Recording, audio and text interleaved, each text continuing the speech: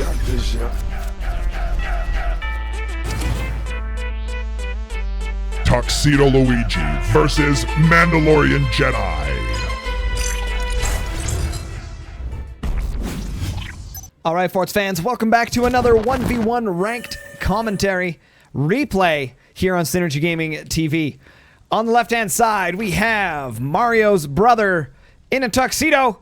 It's Tuxedo Luigi playing Pinch Fist. And on the right-hand side, it is a Mandalorian that's also a Jedi. It's Mandalorian Jedi. All right, so once again, I want to remind you guys that these replays basically just however they come in is kind of how we record them. So unfortunately, we haven't got anything lately from the super top guys, Eton or Mateo, any of those guys. Unfortunately, don't feel like submitting them, I guess. So this is where we're at right now. Hopefully they will submit some later. But let's take a look at things right now. So both players going for economy. Neither one of them has placed technology down. We're selling this off. That's super weird that someone... Oh, that's not, actually. That's a node. And a node gives Pinch Fist resources. So that's actually quite clever to sell off that node. I like that. Actually, both players have done that. Now, we can see that we're doing the old Pinch Fist versus Spook. Spook is a very good counter to Pinch Fist if Spook's able to activate her ability a bunch of times. We got the workshop going down one side and armory down on the other. Finally spending the resources to connect that node.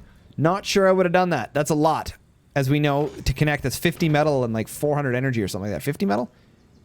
50 metal. Yeah, 50 metal and 400 or 600 energy. I can't remember, guys. It's in one of the tutorial videos. I can't remember.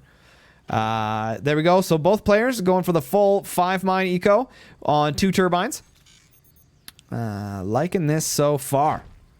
Storages are down for Tuxedo Luigi. I wonder what the plan is going to be here. I hope he's not doing the swarm rush down here.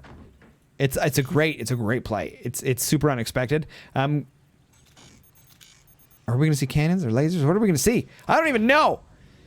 Mandalorian Jedi, Haman and Han. I like lasers. Lasers is always good. You don't expect lasers usually on this map. It's typically like rocket shotguns. Very, very common. Mortars are common. So if players aren't ready for that, you just right to the core and win the match. It can be pretty good. Let's hit F8 so we know what time we're at. 2 minutes and 30 seconds.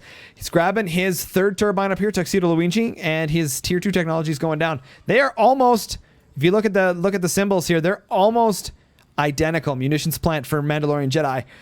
Ooh, if he builds correctly, he's not building correctly. So Tuxedo Luigi's gonna dumpster fire with fire beams if that's the route he wants to go. Getting his 6th mine down here. Mandalorian Jedi not expanding yet. Oh, this is going to be interesting. Battle of the technologies. Is it going to be lasers or cannons? Have a little sip of soda while we're chilling. 4 turbines versus 2. Mandalorian Jedi spending a lot of resources on wood and spam, getting down to 6th mine. However, slightly delayed. Is that really going to put Tuxedo Luigi in a big advantage? Probably not. Spacing things out here. It's looking like he's building those laser cubby holes, boxes, wood things. So it's looking like Mando should be able to tell that lasers are coming based on the size of those boxes, where also vice versa, Tuxedo Luigi can also see that Mandalorian Jedi is going to be using cannons of some kind. Now, because this map is so close together, 20mm cannons are actually relatively effective. Their spread is a lot less when your bases are close together, so 20mm are viable on this map. Typically not used, but they are viable. So if you had the opportunity to select your commander after the map has been picked, right? So it's like you click on the button, random map generator. This is just an idea, by the way, just a theory. Random map picks the map, and then you pick your commander. Firebird 20s would be absolutely amazing on this map. Now, Mandalorian Jedi going for some of that Canadian lumber spam. Looking good, although it is not going to save him against Fire Beam Plasma, which he should know is coming. I'm surprised there's not more layers here. He should be able to tell that based on the size of those boxes created for the weapons. Just like Tuxedo Luigi knows that cannons or 20s are coming from Mandalorian Jedi. So we're just kind of in this limbo, like the tier 2 technology limbo. Wait, there's the additional wood spam. Honestly, you could even just do shields. If you put the resources instead of all this wood spam, maybe another turbine with 2 shields to at least protect your core, excuse me, then he wouldn't be in such a rough situation. Now, this is kind of interesting. You can see here, because Tuxedo Luigi's decided to place his lasers on the bottom of his base, down here, he's going to have himself an upward angle, a slight upward angle, and it's going to come underneath this wood spam, and could possibly, he will most likely miss the core, but could hit the technologies. Mandalorian Jedi not going down deep enough. Typically, you would want to build up there. And I'm thinking that Mando's been baited by this wood spam here that makes it look like maybe lasers or things are up here. But all the background bracing here should be a pretty good indicator that that's not the case. And the first shot. Where's it going? Where's it going? Where's it going? Nowhere. Just makes the door sound. Mandalorian Jedi panics. Door sound again.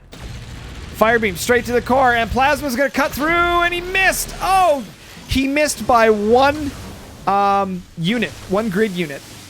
That was so close. Mando's probably freaking out right now. He's getting some of this down here, getting the doors working. Unfortunately, hadn't built his... Oh, and he whiffed.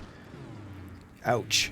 But he does get to see exactly what's going on there. His activated Spook's ability, so he does steal 200 metal and 2,000 energy away from Tuxedo Luigi and gets a clear indication of exactly what's happening in his base. Now, knowing that there's 2 fire beams and a plasma, I am very surprised there's no shields going down there. Wood spam is cheaper, but it's only cheaper in the short run. If it keeps continuing to do wood spam, it's no longer cheaper anymore. Got the triple door, so he's protected from fire beams. We are going to talk more about that, guys, when we release the weapons tutorial videos. The tier 2 weapon tutorial video will talk about weapons and dooring and things like that. Mando, double firing. Rather than trying to get a concentrated blast on the weapons, he decides to go for a double shot. I think, in my opinion, that was a mistake. There are the shields. They're in place. That's good. That's good. And... so I just think that's an issue there. I'm thinking, had Mando waited, because you can see that Tuxedo Luigi's firing for the core, Mando should have waited for the door snipe, which is what he should do here. Weapons should be off cooldown. He should wait for the door snipe. He's not waiting for the door snipe. This is a mistake, I think, on Mandalorian Jedi. He should be waiting for the... oh, that's probably energy. He probably didn't have the energy to fire both. He should wait. Hear the doors, open up, and fire. He's not. He's going to fire again. Unfortunately, that's a big... that's a oh, because you're so close, getting a door snipe is really easy, and something that I think Mandalorian Jedi should have done there. I think that's a mistake. Getting additional turbines, gonna leave an easy target. Oh, Tuxedo Luigi just high again. That's twice now his plasma's been a little high. Gonna get some sniper pressure. This is a very common location for snipers. Those of you guys that are new to Abyss map, you're going to want to get yourself a sniper up here. It gives you a great map control from above. Shooting down is always a great place you want to be. Mandalorian Jedi, finally, rather than getting a door snipe, he just decides to shoot right through. Not waiting. Like it. Gets there, that's expensive. That's 1,000 metal and 6,000 energy down the drain. Tuxedo Luigi going to be in a rough condition here. However, he does have 2 fire beams that are going to do some damage. If he does have the angle to aim upwards, he can take out those 3 turbines. And so that would, in theory, be a 1,000 metal trade for the plasma versus 600 metal trade. Oh!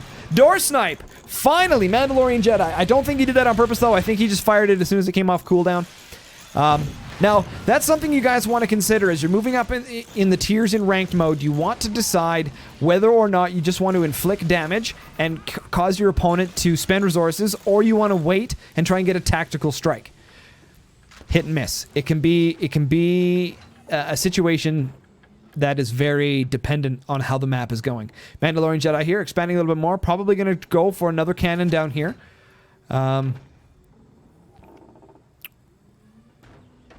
Is looking good. Is looking good.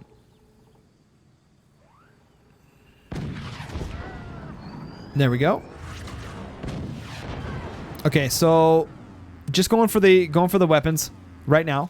Now, being pinch fist, You know, Tuxedo Luigi has the opportunity. He could sell off some of the doors to repair some of the doors. He's not repairing, though. Strategic non-repair. Something I have a problem with. As you guys watch my streams, you know that I spam that R key like it's made of spaghetti. That made no sense, but it's true. All right, and now we're getting some EMPs. This is just going to basically kibosh the whole thing. Mandalorian Jedi not paying attention to what's happening up top here, and he's going to be in a bad way. No sniper to give himself coverage. No anything. He's just focusing on additional cannons. He's not paying attention to what his opponent's doing. That's going to be GG right here, for sure. Mandalorian Jedi wasn't paying attention at all. Missed all of this. Easy sniper shot. Would have been bang, shoot up here. And then bang, bang, bang. Could have taken those all out. And he just let them build. That's a catastrophic mistake. That is going to be GG right here. I'm going to guess. Because he can't fire these two cannons. They're basically going to be completely stun locked. And then he's getting the sniper play out there. Still no sniper from Mandalorian Jedi. It is. Okay, sorry. I lied. It's down here. Which I don't think is going to have the angle. Oh, it's not going to get done in time. Nope. So, again, making it exposed and then replacing it in the same spot. He needs to have it in a spot that has a door. That's just going to be constant downtime. Very, very disappointing not seeing that and letting these rockets just finish and build. Basically going to stun lock those cannons for the whole game. And then just a little bit of rocket damage. I don't know if upgrading those to rockets is the right play. I mean, it does do a lot of damage. Mando just going straight for the win here. Trying to get some core damage done. But, and he's missing his sniper shots. Oh, disappointing. Disappointing. That's why having this early sniper and maintaining sniper dominance on your map is so important. Something Tuxedo Luigi's been very, very good at is maintaining constant coverage. Mando not putting any sort of wood spam in front of his base. Oh, disappointing. Disappointing. GG.